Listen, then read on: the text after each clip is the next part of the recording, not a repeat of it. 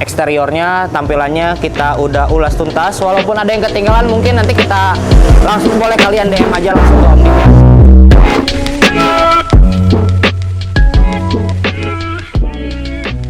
Om Dim, untuk bagian permesinan nih ya, performa ya, kita mulai dari mana dulu enaknya nih? Dari atas dulu aja deh, sebelum boleh. daleman. Dari TB ya? TB boleh. Dijelasin. Oke. Jelasin dong. TB kalau nggak salah itu sekarang pakai yang 35 atau 36 ukuran size-nya. 35 atau 36? 35 atau 36 lupa. 36 biasanya. Soalnya genap apa ganjil? Lupa, soalnya sempat di remer juga. Oh, sempat di remer juga. Jadi beli baru posisi ukuran 34 atau 36 langsung nggak tahu, lupa, langsung di remer lagi itu posisi. Jadi ukurannya kurang lebih di 35 atau 36. Iya, gitu. Estimasi lah, nggak berani jawab angka pasti. Angka pasti. Terus pakai sensor yang ininya, TPS-nya pakai yang 4S1M, masih yang lama. Iya. Terus lagi ya? Ya mungkin teknologi baru yang di motor ini nih sebenarnya yang baru naik itu di 64,5. Seher atau piston sebutannya? Sama aja, piston. Sama aja, piston 64,5. Tapi teknologi yang barunya itu pakai water jacket. Water jacket ya? Iya. Jadi boringnya di bulan gitu kan? Iya, dibungkus semuanya. Kalau nggak salah, water jacket itu nggak ada aluran air radiator ke head, betul nggak? Betul, jadi ditutup full, total tutup ya? Semua itu. Lanjut lagi Om Dim. Itu kalau untuk head, ini buat baru lagi. Yang dari varian Vario yang 150, yang lama ada rencana mau dibayarin.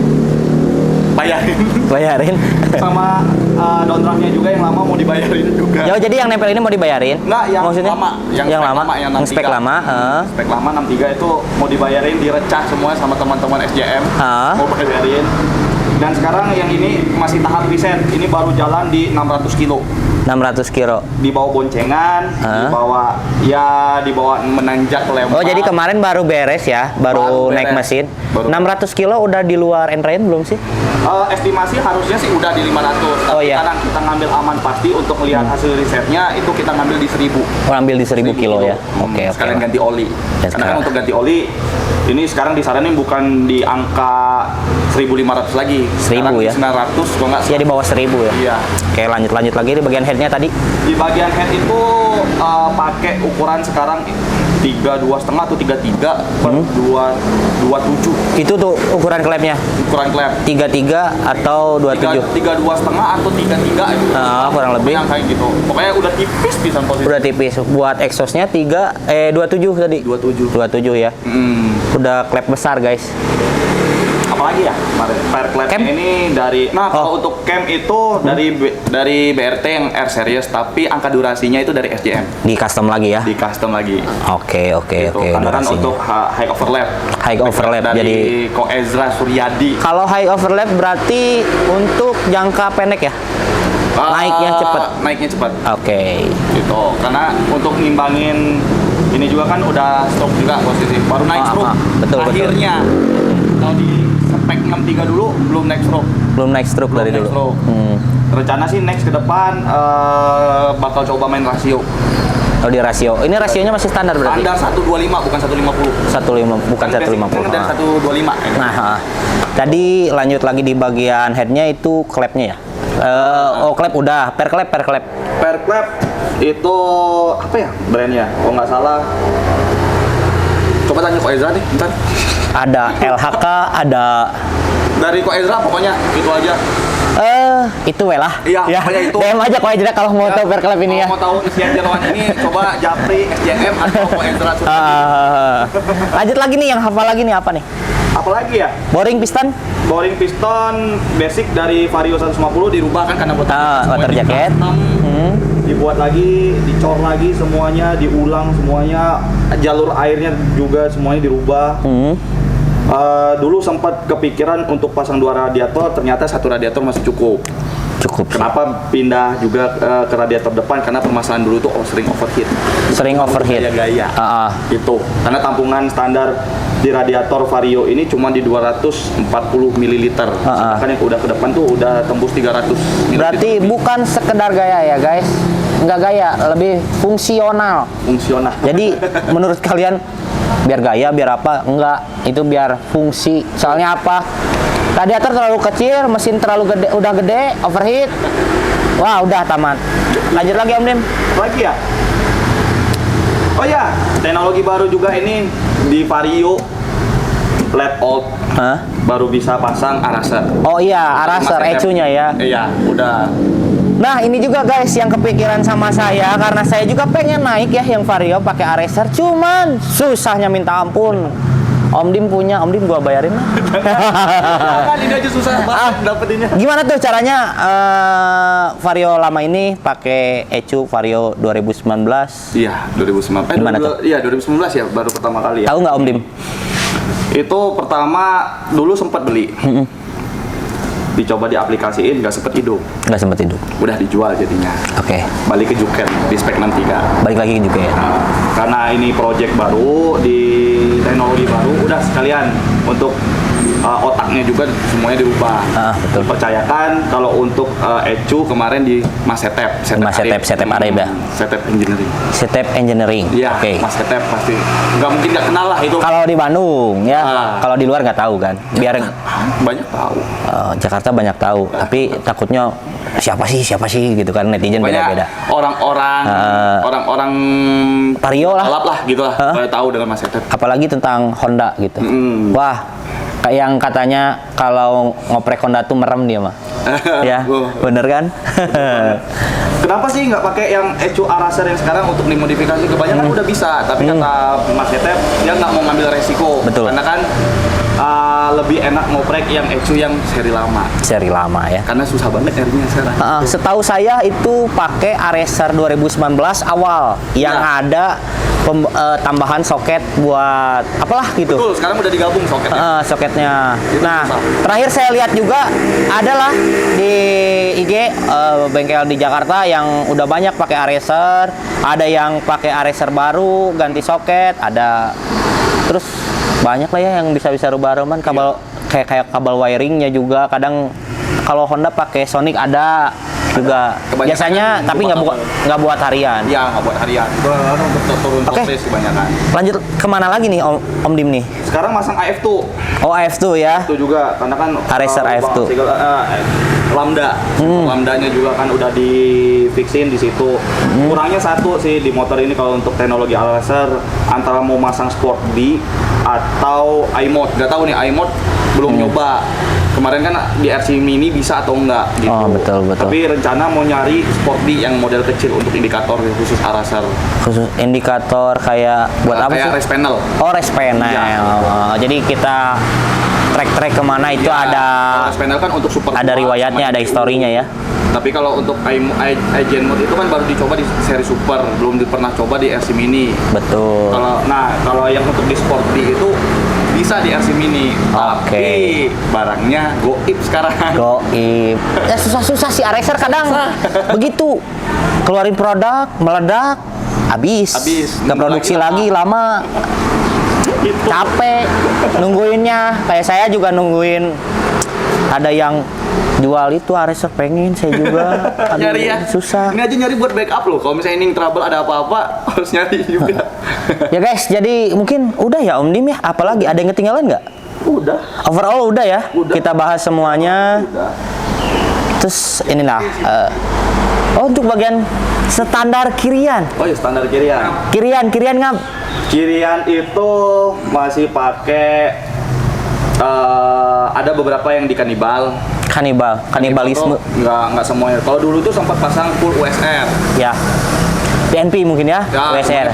Tapi sekarang untuk rumah roller, untuk rollernya sendiri, terus untuk mangkoknya itu nggak pakai yang USR lagi, yang cuman mangkok. Bukan yang untuk kampasnya aja yang masih pakai USR. Kampas ini kampas ganda. Ya, kampas gandanya aja. Rumahnya ya? Rumahnya aja. Tapi kalau misalnya untuk versi VT-nya sendiri ini masih pakai KTC. Pakai KTC. 1500 warna biru kalau nggak salah. Yang warna biru KTC 1500. V3-nya itu pakai yang KTC juga, tapi yang 2000 RPM. Yang 2000 RPM. Karena kan untuk nyesuaiin dengan spek ini. Betul. Gitu. Karena nggak bisa kebanyakan orang nanya, "Bang, kirinya gimana? Emang posisi mesin gimana?" Iya, ini benar. Jadi guys, banyak banget nih yang yang nanya kadang ke aku atau mungkin ke Om Dimas juga nih, Bang, racikan kiriannya gimana nih buat motor standar atau bore up atau gitu? Kadang saya suka bingung Om Dim. Krek kita kan beda-beda. Iya. Berat badan kita beda-beda. Mesin kita beda-beda. Jadi menurut Om Dim gimana nih jawab yang kayak gitu? Aduh, sesuai kebutuhan lah. Emang kan kita kebutuhannya kan banyak beda-beda. Ya. Kalau motor ini kan dibuat untuk ngeriset. Betul. Tapi kalau misalnya untuk lanjut ya, kalau misalnya untuk motor ini kan untuk motor riset, bukan Ya. untuk gimana ya bisa dibilang ya. Ini kepuasan kita sih sebagai modifikasi. Oh, kalau misalnya untuk dikenal orang itu ya bisa dibilang bonus lah. Gitu. Karena kan emang kita hobi untuk ngulik. Oke. Ditambah sumber dayanya juga di Bandung ini sangat mendukung sekali. Ditambah lingkungan yang sehat, Betul. tidak toksik. Nah, Betul. jadilah motor seperti ini gitu. Oke. Kalau untuk kirian sendiri, ya balik lagi ke kirian. Bisa dibilang sesuai kebutuhan lah. Kalau misalnya mau harian, ya resikonya mau main stop and go, ya bawa enak pasti atasnya jadi jelek kayak gitu. Oke. Kalau misalnya mau panjangnya enak, yang atasnya enak, ya pasti resikonya bawahnya gitu. Dan lebih baiknya kalau menurut saya tanya langsung ke bengkel biar langsung dicoba di tempat. Betul. Jadi ketahuan Kurangnya gitu di mana. enaknya, kurangnya di mana, enaknya gimana. Oke, guys. Mungkin Om Dim udah semua ya tentang motor-motor ini. Kita udah eksterior udah, performa udah. Tapi kurang afdol kalau kita nggak cek sound dan test ride. Siap. Oke.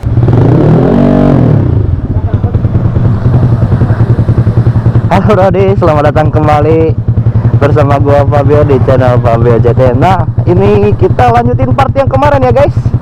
Waktunya untuk test ride Vario-nya Om Dimas si Atomic ya. Kita test ride dikit-dikit aja, tipis-tipis aja.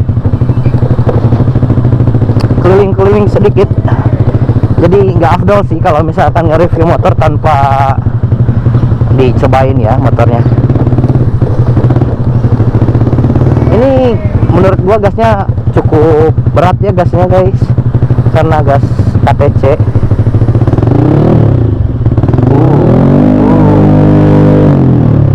Jalannya mudun, santai ya, santai dulu. Motornya belum panas.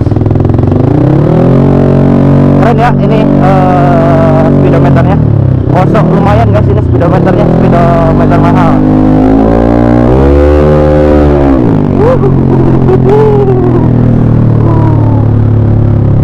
Lumayan, sedikit rada ajlong-ajlongan.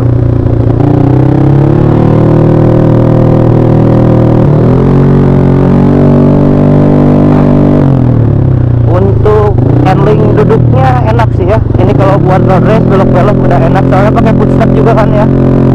Jadi kaki kita otomatis di atas. Ini gua di daerah Sukajadi apa Setiabudi ya? Oh, daerah-daerah dekat Cipedes sih. Nggak tahu komplek apa ya. Kita keliling komplek aja. Terus stangnya juga ini udah drop head kan. Udah drop head ke bawah. Jadi road race banget lah. Enak nih kalau buat kayak track day, Gerimang, Palembang. Duduk kayak gini tuh enak.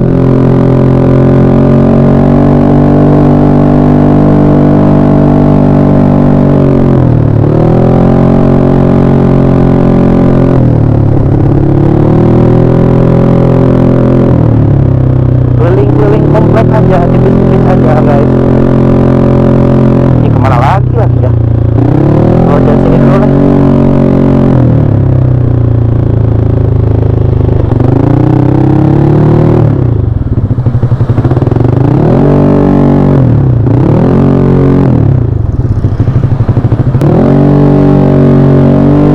Ini bawahannya kerasa nih, agak selip-selip gimana gitu, lumayan selip. Kalau Honda sih gini biasanya ya.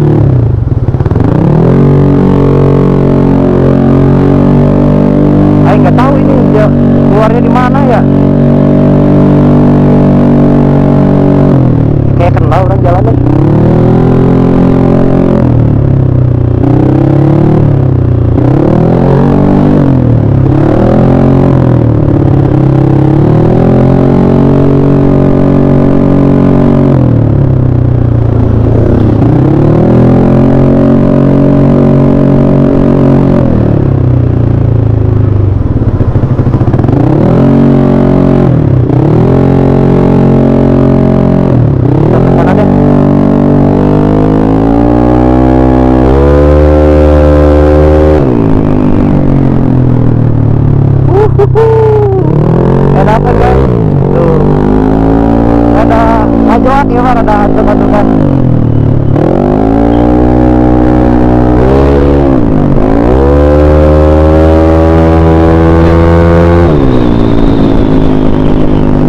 Keren guys.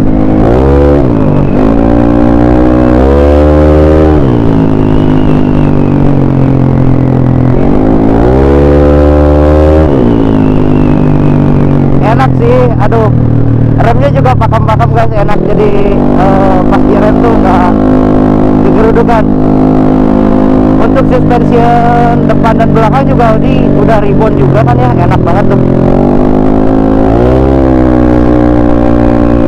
Udah enak.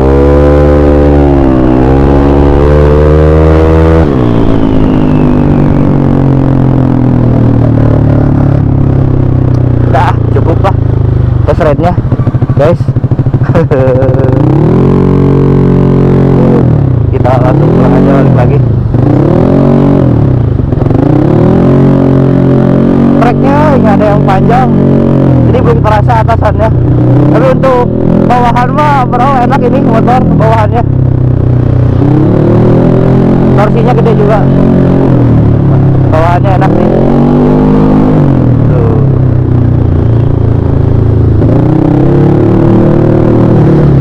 Nganahan guys.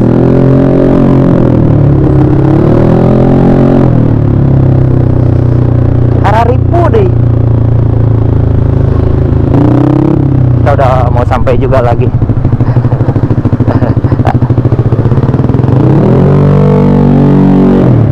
Enak guys. Ya malu guys. Jadi mungkin segitu aja ya. Test ride si test ride si Atomix Vario ini. Oke, jadi kita closing aja ya. Pokoknya motor ini enak. Dari performa, bawahannya, looksnya juga guys, lihat kan, kita udah puas juga test ride-nya. So kita closing. Jangan lupa di subscribe, jangan lupa di like, jangan lupa di komen, jangan lupa tombol loncengnya juga. See you next time, see you next video, see you next project.